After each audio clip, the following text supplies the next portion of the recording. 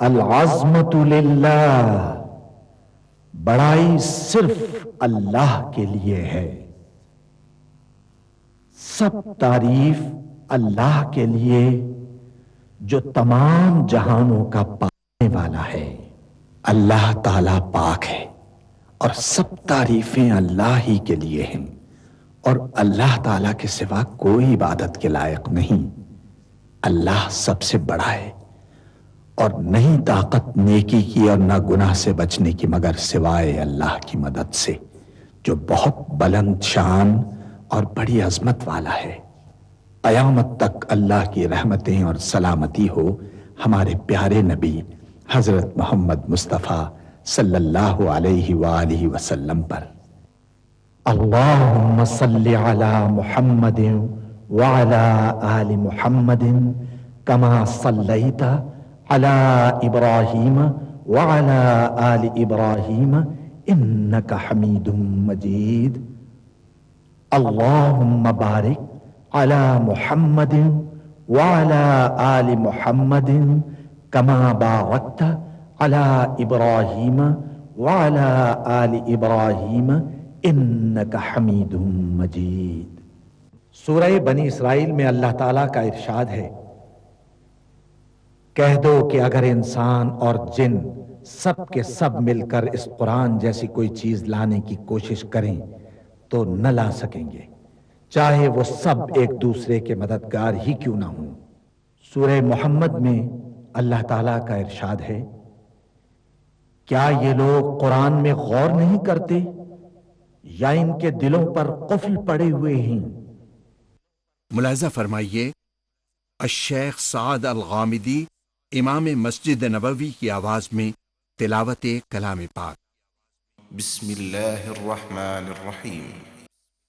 لقد كان في يوسف وإخوته آيات للسائلين إذ قالوا ليوسف وأخوه أحب إلى أبينا منا ونحن عصبة إن أبانا لفي ضلال مبين اقتلوا يوسف أو اطرحوه أرضا يخل لكم وجه أبيكم وتكونوا من بعده قوما صالحين قال قائل منهم لا تقتلوا يوسف وألقوه في غيابة الجب يلتقطه بعض السيارة إن كنتم فاعلين قالوا يا أبانا ما لك لا تأمنا على يوسف وإنا له لناصحون أرسله معنا غدا يرتع ويلعب وإنا له لحافظون۔ ہاں، یوسف اور ان کے بھائیوں کے قصے میں پوچھنے والوں کے لیے بہت سی نشانیاں ہیں۔ جب انہوں نے آپس میں تذکرہ کیا کہ یوسف اور اس کا بھائی ابا کو ہم سے زیادہ پیارے ہیں، حالانکہ ہم جماعت کی جماعت ہیں، کچھ شک نہیں کہ ابا کھلی غلطی پر ہیں، یوسف کو یا تو جان سے مار ڈالو یا کسی ملک میں پھینک آؤ، پھر ابا کی توجہ صرف تمہاری طرف ہو جائے گی اور اس کے بعد تم نیک لوگوں میں ہو جاؤ گے۔ ان میں سے ایک کہنے والے نے کہا کہ یوسف کو جان سے نہ مارو، کسی اندھے کنویں میں ڈال دو کہ کوئی راہگیر اسے نکال کر کسی دوسرے ملک میں لے جائے گا۔ اگر تم کو کرنا ہی ہے تو یوں کرو۔ یہ مشورہ کر کے وہ اپنے والد سے کہنے لگے کہ ابا جان، کیا سبب ہے کہ آپ یوسف کے بارے میں ہمارا اعتبار نہیں کرتے؟ حالانکہ ہم اس کے خیر خواہ ہیں، کل اسے ہمارے ساتھ بھیج دیجئے کہ خوب میوے کھائے اور کھیلے کودے، ہم اس کے نگہبان ہیں۔ قال إني ليحزنني أن تذهبوا به وأخاف أن يأكله الذئب وأنتم عنه غافلون قالوا لئن أكله الذئب ونحن عصبة إنا إذا لخاسرون فلما ذهبوا به وأجمعوا أن يجعلوه في غيابة الجب وأوحينا لتنبئنهم بأمرهم هذا وهم لا يشعرون وجاءوا أباهم عشاء يبكون قالوا يا أبانا إنا ذهبنا نستبق وتركنا يوسف عند متاعنا فأكله الذئب وما أنت بمؤمن لنا ولو كنا صادقين. انہوں نے کہا کہ یہ امر مجھے غمناک کیے دیتا ہے کہ تم اسے لے جاؤ، یعنی وہ مجھ سے جدا ہو جائے، اور مجھے یہ بھی خوف ہے کہ تم کھیل میں اس سے غافل ہو جاؤ اور اسے بھیڑیا کھا جائے. وہ کہنے لگے کہ اگر ہماری موجودگی میں کہ ہم ایک طاقتور جماعت ہیں اسے بھیڑیا کھا گیا تو ہم بڑے نقصان میں پڑ گئے. غرض جب وہ اس کو لے گئے اور اس بات پر اتفاق کر لیا کہ اس کو اندھے کنویں میں ڈال دیں، اور ہم نے یوسف کی طرف وحی بھیجی کہ ایک وقت ایسا آئے گا کہ تم انہیں ان کے اس سلوک سے آگاہ کرو گے اور ان کو اس وحی کی کچھ خبر نہ ہوگی.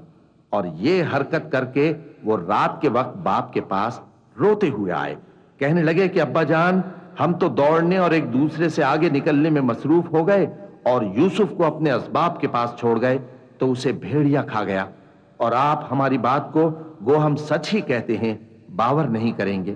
وجاءوا على قميصه بدم كذب قال بل سولت لكم أنفسكم أمرا فصبر جميل والله المستعان على ما تصفون. وجاءت سيارة فأرسلوا واردهم فأدلى دلوه قال يا بشرى هذا غلام وأسروه بضاعة والله عليم بما يعملون وشروه بثمن بخس دراهم معدودة وكانوا فيه من الزاهدين. وقال الذي اشتراه من مصر لامرأته أكرمي مثواه عسى أن ينفعنا أو نتخذه ولدا وكذلك مكنا ليوسف في الأرض ولنعلمه من تأويل الأحاديث والله غالب على أمره ولكن أكثر الناس لا يعلمون. اور ان کے کرتے پر جھوٹ موٹ کا لہو بھی لگا لائے. یعقوب نے کہا کہ یوں نہیں ہے بلکہ تم اپنے دل سے یہ بات بنا لائے ہو. اچھا صبر کہ وہی خوب ہے، اور جو تم بیان کرتے ہو اس کے بارے میں اللہ ہی سے مدد چاہیے. اور اب اللہ کی شان دیکھو کہ اس کنویں کے قریب ایک قافلہ آوارد ہوا اور انہوں نے پانی کے لیے اپنا سقا بھیجا تو اس نے کنویں میں ڈول لٹکایا. یوسف اس سے لٹک گئے. وہ بولا زہے قسمت، یہ تو ایک لڑکا ہے، اور اس کو قیمتی سرمایہ سمجھ کر چھپا لیا. اور جو کچھ وہ کرتے تھے اللہ کو خوب معلوم تھا، اور انہوں نے اس کو تھوڑی سی قیمت یعنی معدود چند درہموں پر بیچ ڈالا، اور وہ اس سے بیزار ہو رہے تھے. اور مصر میں جس شخص نے اس کو خریدا اس نے اپنی بیوی سے جس کا نام زلیخا تھا کہا کہ اس کو عزت و اکرام سے رکھو، عجب نہیں کہ یہ ہمیں فائدہ دے یا ہم اسے بیٹا بنا لیں. اس طرح ہم نے یوسف کو سرزمین مصر میں جگہ دی، اور غرض یہ تھی کہ ہم ان کو خواب کی باتوں کی تعبیر سکھائیں. اور اللہ اپنے کام پر غالب ہے لیکن اکثر لوگ نہیں جانتے. ولما بلغ أشده آتيناه حكما وعلما وكذلك نجزي المحسنين. وراودته التي هو في بيتها عن نفسه وغلقت الأبواب وقالت هيت لك قال معاذ الله إنه ربي أحسن مثواي إنه لا يفلح الظالمون.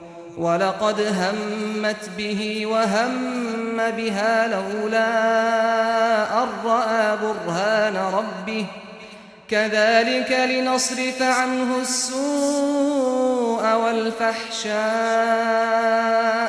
إنه من عبادنا المخلصين واستبق الباب وقدت قميصه من دبر وألف يا سيدها لدى الباب واستبق الباب وقدت قميصه من دبر وألف يا سيدها لدى الباب قالت ما جزاء من أراد بأهلك سوءا إلا أن يسجن أو عذاب أليم.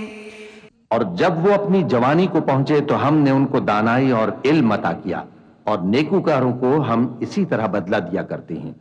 اور جس عورت کے گھر میں وہ رہتے تھے اس نے ان کو اپنی طرف مائل کرنا چاہا اور دروازے بند کر کے کہنے لگی یوسف جلدی آؤ. انہوں نے کہا کہ اللہ پناہ میں رکھے، وہ یعنی تمہارے میاں تو میرے آقا ہیں، انہوں نے مجھے اچھی طرح سے رکھا ہے، میں ایسا ظلم نہیں کر سکتا، بے شک ظالم لوگ فلاح نہیں پائیں گے. اور اس عورت نے ان کا قصد کیا اور انہوں نے اس کا قصد کیا. اگر وہ اپنے پروردگار کی نشانی نہ دیکھتے تو جو ہوتا سو ہوتا. یوں اس لیے کیا گیا کہ ہم ان سے برائی اور بے حیائی کو روک دیں، بے شک وہ ہمارے چنے ہوئے بندوں میں سے تھے. اور دونوں دروازے کی طرف بھاگے، آگے یوسف پیچھے زلیخا. اور عورت نے ان کا کرتا پیچھے سے پکڑ کر جو کھینچا تو پھاڑ ڈالا. اور دونوں کو دروازے کے پاس عورت کا خاوند مل گیا. تو عورت بولی کہ جو شخص تمہاری بیوی کے ساتھ برا ارادہ کرے اس کی اس کے سوا کیا سزا ہے کہ یا تو قید کیا جائے یا اسے دکھ کا عذاب دیا جائے. قال هي راودتني عن نفسي وشهد شاهد من أهلها إن كان قميصه قد من قبل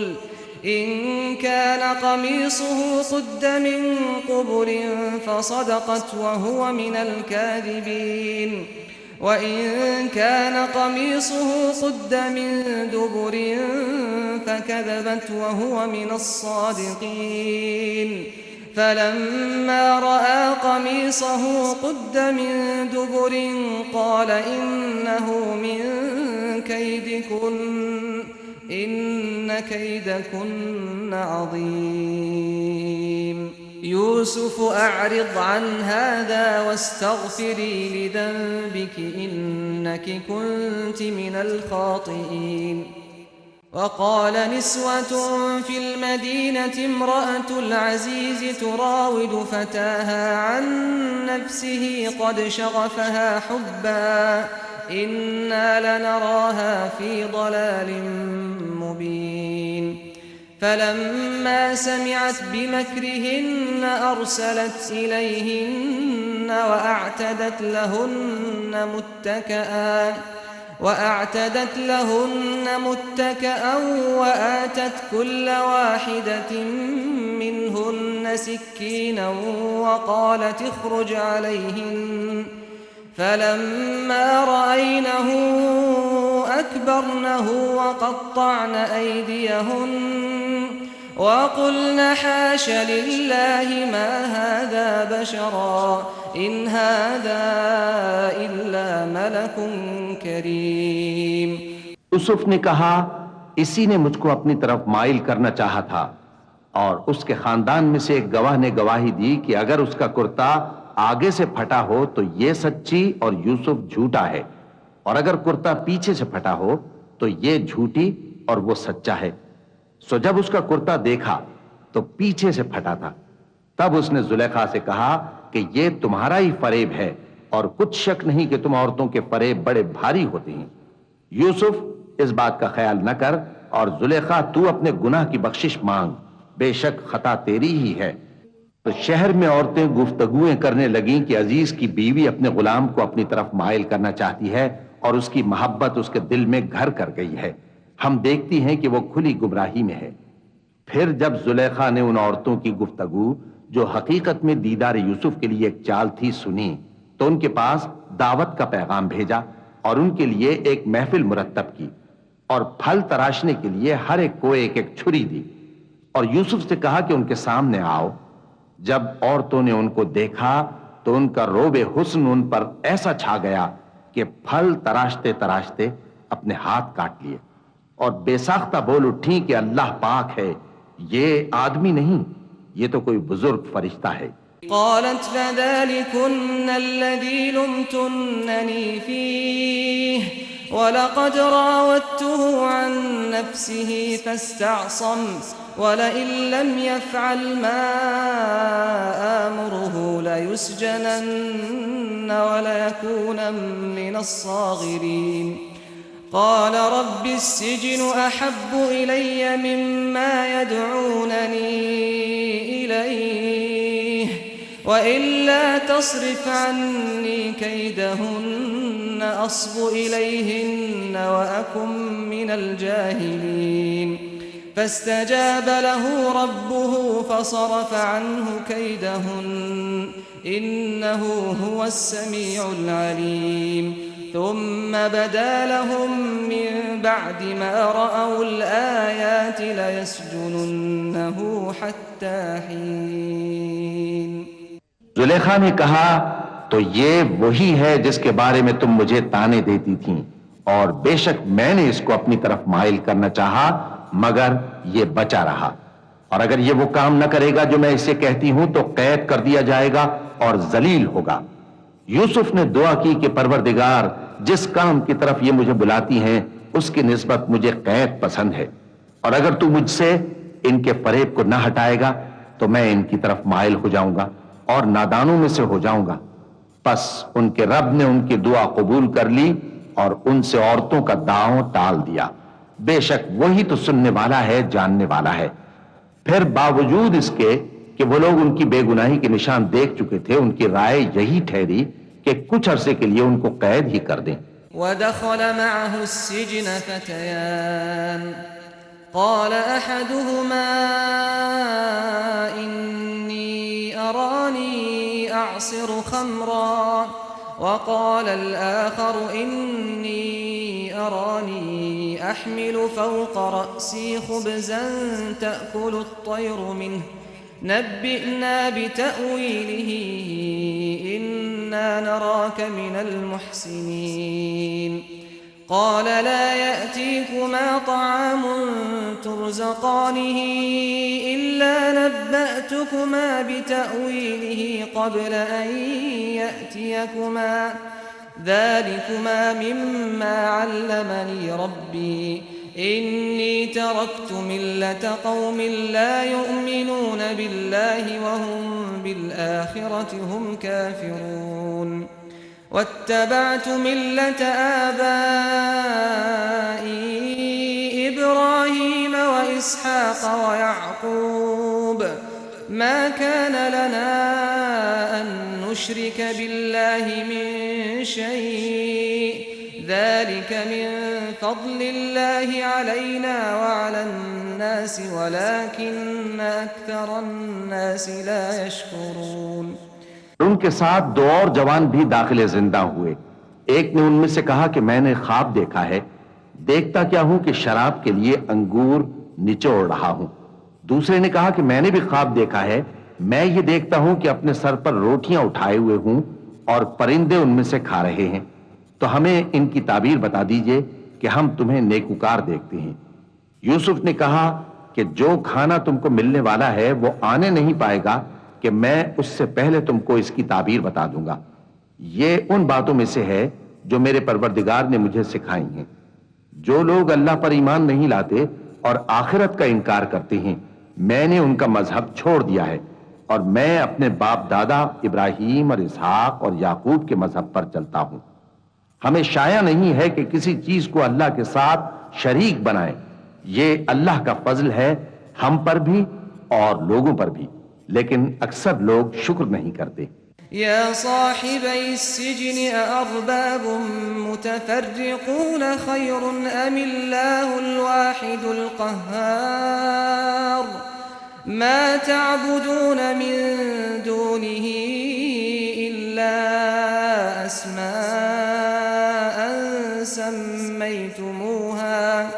سميتموها أنتم وآباؤكم ما أنزل الله بها من سلطان إن الحكم إلا لله أمر ألا تعبدوا إلا إياه ذلك الدين القيم ولكن أكثر الناس لا يعلمون يا صاحبي السجن أما أحدكما فيسقي ربه خمرا وأما الآخر فيصلب فتأكل الطير من رأسه قضي الأمر الذي فيه تستفتيان وقال للذي ظن أنه ناج منهما اذكرني عند ربك فأنساه الشيطان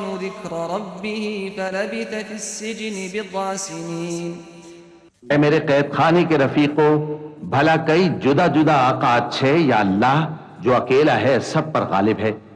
جن چیزوں کی تم اللہ کے سوا پرستش کرتے ہو وہ صرف نام ہی نام ہیں جو تم نے اور تمہارے باپ دادا نے رکھ لیے ہیں۔ اللہ نے ان کی کوئی سند نازل نہیں کی۔ سن رکھو کہ اللہ کے سوا کسی کی حکومت نہیں ہے۔ اس نے ارشاد فرمایا ہے کہ اس کے سوا کسی کی عبادت نہ کرو، یہی سیدھا دین ہے، لیکن اکثر لوگ نہیں جانتے۔ اے میرے قید خانے کے رفیقو، تم میں سے ایک جو پہلا خواب بیان کرنے والا ہے وہ تو اپنے آقا کو شراب پلایا کرے گا، اور جو دوسرا ہے وہ سولی دیا جائے گا اور پرندے اس کا سر نوچ کھائیں گے۔ جو بات تم مجھ سے پوچھتے تھے وہ فیصل ہو چکی ہے۔ اور ان دونوں میں سے جس کی نسبت یوسف نے خیال کیا کہ وہ رہائی پا جائے گا، اس سے کہا کہ اپنے آقا سے میرا ذکر بھی کر دینا۔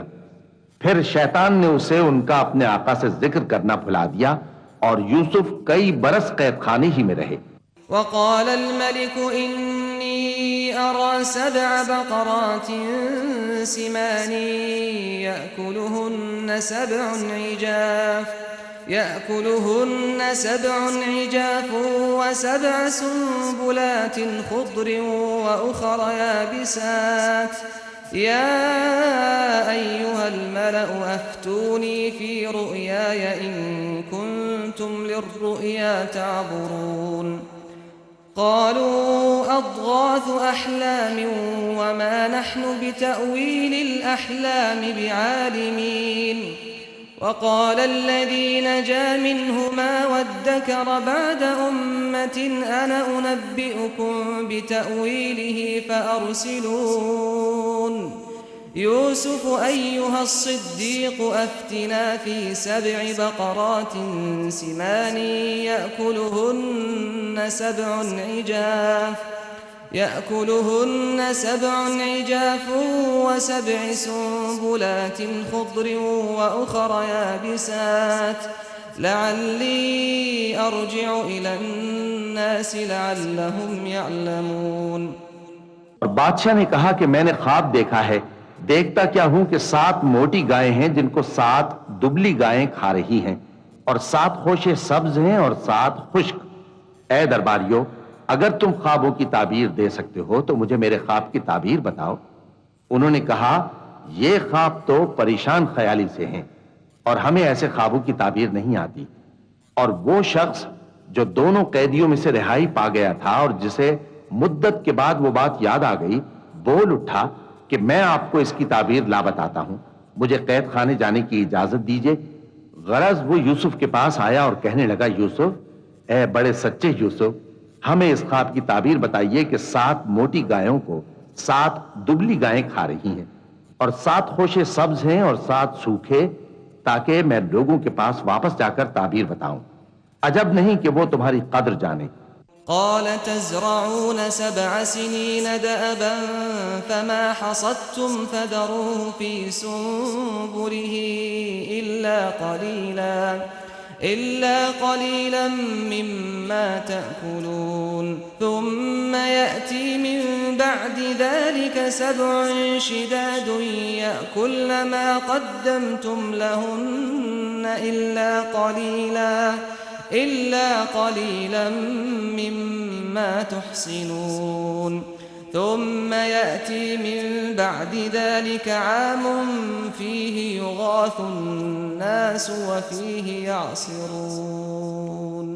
وقال الملك ائتوني به فلما جاءه الرسول قال ارجع إلى ربك فاسأله ما بال النسوة اللاتي قطعن أيديهن إن ربي بكيدهن عليم.